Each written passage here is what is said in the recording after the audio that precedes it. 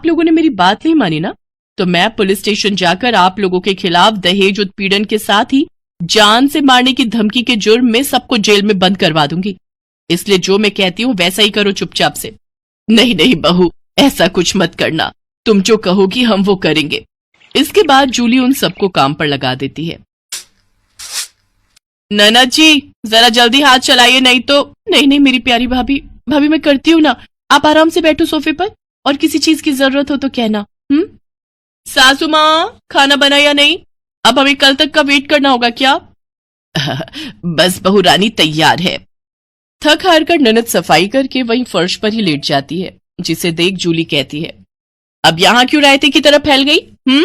जाओ उठो और मेरे कपड़े पड़े हैं, उन्हें धोकर आओ।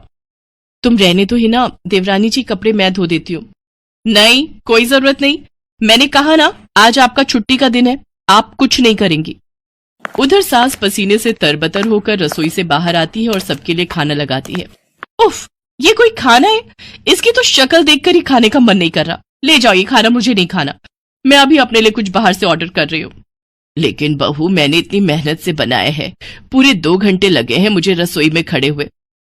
तो मैं क्या करूं? आप ससुर जी ये खाना ले जाकर बाहर कुत्तों को डालाना, और आपको जो मैंने सब्जी लाने का काम दिया था क्या वो आपने कर दिया? हाँ बहू, मैं बाजार से सब्जियां ले आया हूँ। Very good. अच्छा लिसन, शाम को मैंने घर पर पाजामा पार्टी ऑर्गेनाइज की है, तो अब आप तीनों जाओ और जल्दी से जाकर शाम के खाने की तैयारी करो। इसके बाद वो तीनों किचन में जाते हैं। हिना रोते हुए अपनी माँ से कहती है, माँ ये नई भाभी हमारे साथ ऐसा क्यों कर रही है? बड़ी भाभी ने तो कभी हमारे साथ ऐसा नहीं किया।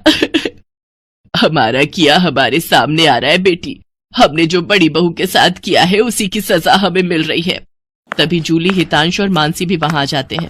चलो सासू माँ, आपको अपने किए का एहसास तो हुआ और मेरी सहेली की कीमत भी पता चली। हाँ सासू माँ, मानसी मेरी सहेली है।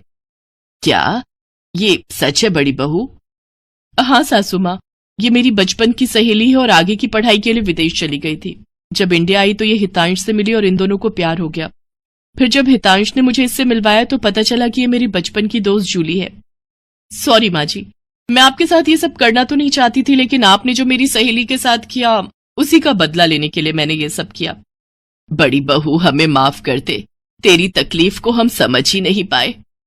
इसके बाद सबने मानसी से माफी मांगी। मानसी ने सबको माफ कर दिया और इस तरह नई बहू का ससुराल में पहले दिन का प्लान पूरा हो। कहानी अच्छी लगी हो देखने में तो लाइक और शेयर जरूर करें, और ऐसा ही वीडियो देखने के लिए चैनल को सब्सक्राइब जरूर कर लें। हम ऐसे वीडियो आपके लिए लाते रहेंगे मजेदार।